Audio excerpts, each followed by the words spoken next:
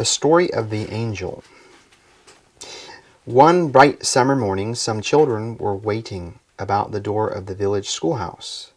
They were talking pleasantly together and listening to the song of a merry mockingbird across the way, when Master Lewis himself came up and said, in a cheery, hearty voice, just as he always did, "Welcome, my children." "Welcome, master," cried they. Then they went into the schoolroom and took their seats.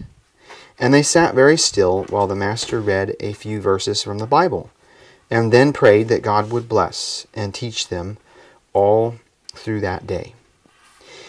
The thumb-worn books were brought out of the desks, and school began. The lazy boys forgot to sigh and frown and wish for recess that morning. For Master Lewis talked so kindly to them and made all their lessons so clear and simple by the way that he taught them, that the hours passed by very quickly.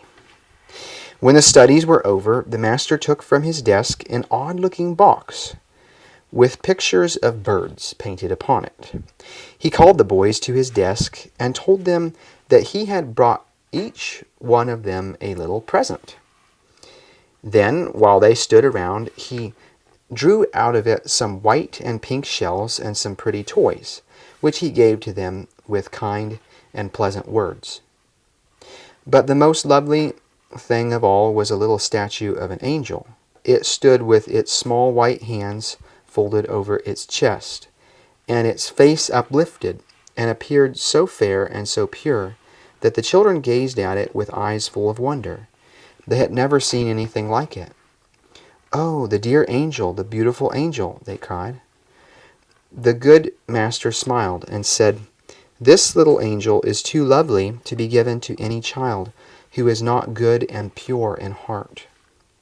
But the one who brings me tomorrow, the brightest thing on earth, shall have the angel for his own." The children looked at one another, not feeling sure that they understood the master.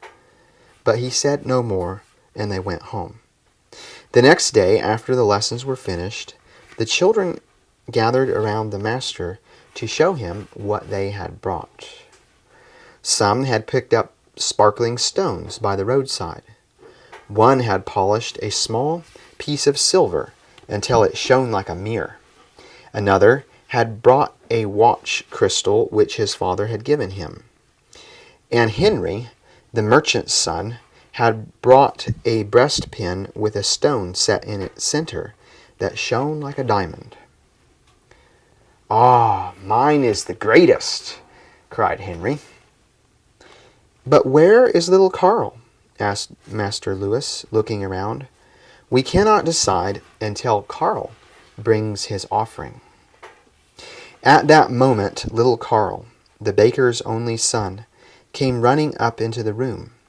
In his hand, held up lovingly against his neck, was a snow-white dove.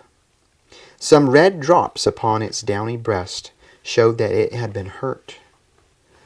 "Oh, master," cried Carl, "I was looking for something bright when I came upon this poor dove. Some cruel boys were throwing stones at it, and I caught it up quickly and ran here. Oh, I am afraid that it will die." Even as he spoke, the dove closed its soft eyes. It nestled closer to Carl's neck, dropped its little head, and died. Carl sank upon his knees before the master's desk, and from his eyes there fell upon the poor dove's broken wings 2 tears, large and bright. The master took the dead bird from his hands and laid it tenderly upon his desk. Then, turning to the schoolboys, he said, "My children, there is no brighter thing on earth than a tender, pitying tear." "Give the white angel to little Carl," cried the boys. "We know now what you mean, and his offering is better than any of ours."